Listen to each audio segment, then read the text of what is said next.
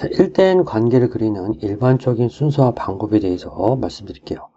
어찌 보면 지금까지 했던 작업들을 총 정리한다고 보시면 돼요. 자, 일단 각각의 P, 페어런트는 여러 건의 C, 차일드에게서 참조되는가를 결정해야 돼요. 자, 이때 페어런트와 차일드 이 두 개를 먼저 결정해야 됩니다. 어느 쪽이 참조하는 쪽인 차일드고 어느 쪽이 참조되는 페어런트인지를 결정해야 돼요. 자, 그리고 나서 두 엔터티의 관계가 1대1인지 1대 n인지를 결정합니다. 그게 카디넬러티라고 하죠. 두 번째로는 각각의 차일드 레코드를 유일하게 구분하기 위해서 페어런트를 참조하는 차일드 쪽 포린키가 차일드 쪽의 프라이머리 키 그룹에 포함되어야 하는가를 결정해야 돼요. 만약 포함되어야만 한다라고 하면요, 페어런트 쪽에서 프라이머리 키를 상속받아서 차일드 쪽에서 프라이머리 키 그룹에다가 포함시킨다는 얘기예요. PK로 상속받는다고 합니다. 그때는 중간 관계선이 실선이 됩니다. 만약 포함되지 않는다, 단지 FK로서만 참조만 한다 라고 하면은 두 엔터티 간의 연결선은 점선이 됩니다. 자, 세 번째로 각각의 페어런트는 여러 건의 차일드에 의해서 참조되어야만 하는가를 결정해야 돼요. 반드시 참조되어야만 한다 라고 하면 차일드 쪽 관계선의 안쪽이 작대기가 됩니다. 만약 참조될 수도 있고 참조되지 않을 수도 있다 라고 하면은 이때는 차일드 쪽 관계선 안쪽이 동그라미가 됩니다. 작대기일 때는 차일드 쪽 포린키는 페어런트 쪽 프라이머리 키와 동일 집합인 것을 의미하고요.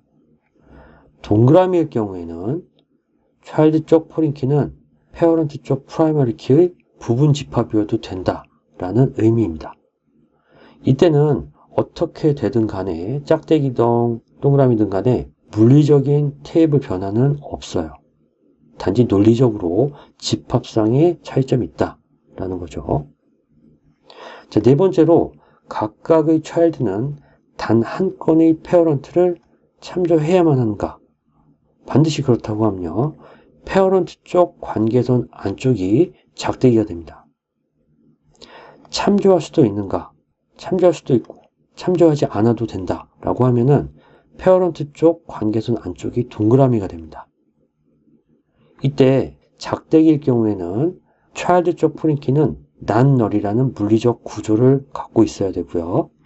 참조할 수도 있고 참조하지 않을 수도 있다고 하면요, 차일드 쪽 포린키는 널러블, 널 입력이 가능해집니다. 물리적인 구조에 영향이 있다는 얘기죠. 자, 이렇게 해서 1대 n 관계를 그리는 일반적인 순서와 그 방법들에 대해서 상세하게 알아봤고요. 자, 특히 빨간색으로 표시된 이 두 부분은 꼭 기억을 해두시면 좋겠습니다. 자, 이번에는 1대 n 관계의 경우에 사원 부서, EMP, DABT 예제로 살펴보는 케이스별 표현입니다. 차일드 쪽을 EMP라고 정의하고 페어런트 쪽을 DABT라고 정의를 했어요. 그리고 두 개의 관계는 1대 n입니다. 지금까지는 고정되어 있는 조건이에요. 그런데 이 가운데 있는 점선이나 차일드 쪽 관계선 안쪽의 작도 혹은 페어런트 쪽 관계선 안쪽의 작도, 이 빨간 부분, 이 부분들은 가변적이에요. 차일드 쪽 관계선 안쪽에는 동그라미 혹은 수직 작대기가 나올 수도 있고, 가운데는 점선 아니면 실선이 나올 수 있고, 페어런트 쪽 관계선 안쪽에는 수직 작대기 혹은 동그라미가 나올 수 있어요. 각각 두 가지 경우, 두 가지 경우, 두 가지 경우, 곱해서 8가지 경우가 존재할 수가 있어요. 그 8가지 경우가 지금 화면에 보시고 있는 경우예요. 자, 그래서 여기서는 이 가운데 있는 작도들에 대해서 변경이 있을 때마다 어떤 방식으로 두 엔터티 사이의 관계가 이해될 수 있는지에 대해서 글로 적고 읽어보겠습니다. 자, 순서는 왼쪽에 차일드 쪽 관계선 안쪽에 있는 걸 먼저 읽고 그 다음에 페어런트 쪽 관계선 안쪽에 있는 부분을 읽을 겁니다. 첫 번째부터 읽어볼게요. 각각의 부서는 여러 명의 사원을 가질 수도 있고 가지지 않을 수도 있다. 각각의 사원은 단 하나의 부서에 반드시 속해야만 한다. 각각의 부서는 여러 명의 사원을 반드시 가져야만 한다. 각각의 사원은 단 하나의 부서에 속할 수도 속하지 않을 수도 있다. 각각의 부서는 여러 명의 사원을 반드시 가져야만 한다. 각각의 사원은 단 하나의 부서에 반드시 속해야만 한다. 각각의 부서는 여러 명의 사원을 가질 수도 있고 가지지 않을 수도 있다. 각각의 사원은 단 하나의 부서에 속할 수도 있고 속하지 않을 수도 있다. 대충 어떤 감이 오실 거예요.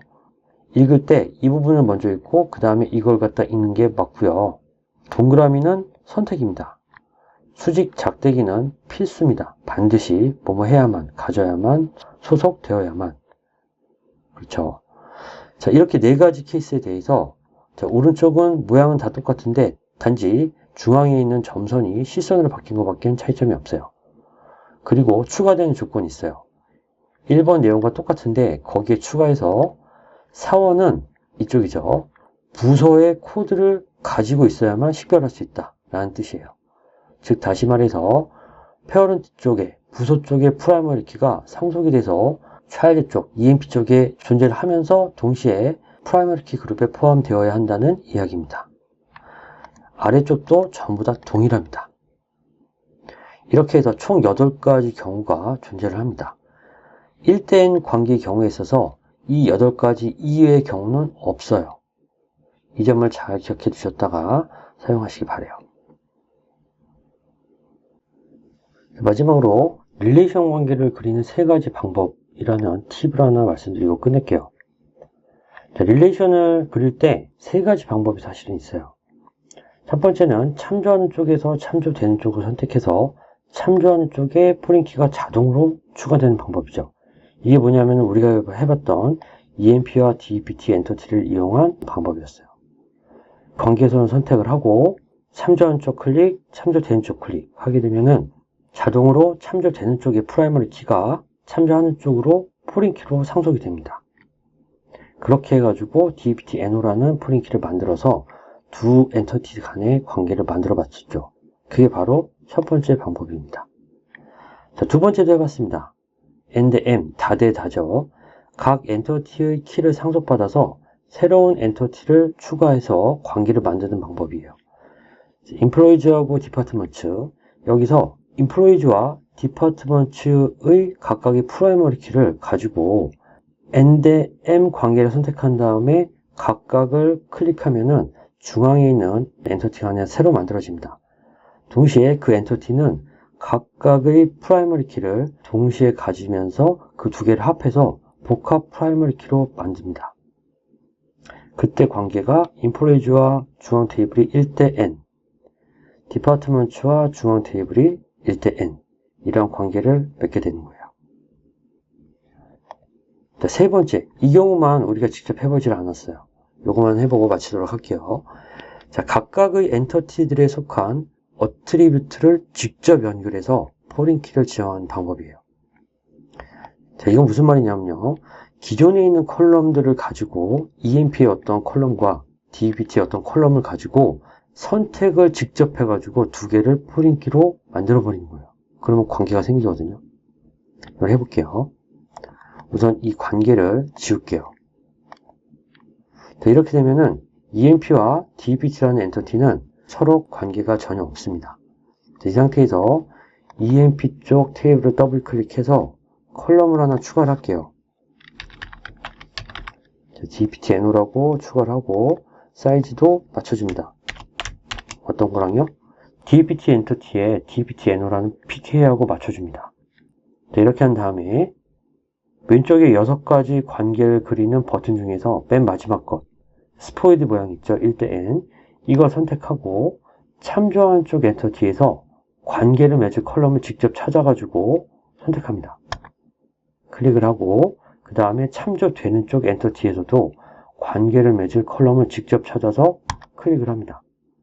이렇게 되면은 관계선이 만들어졌죠. 그리고 위에 마우스를 갖다 올리면은 마킹이 됩니다.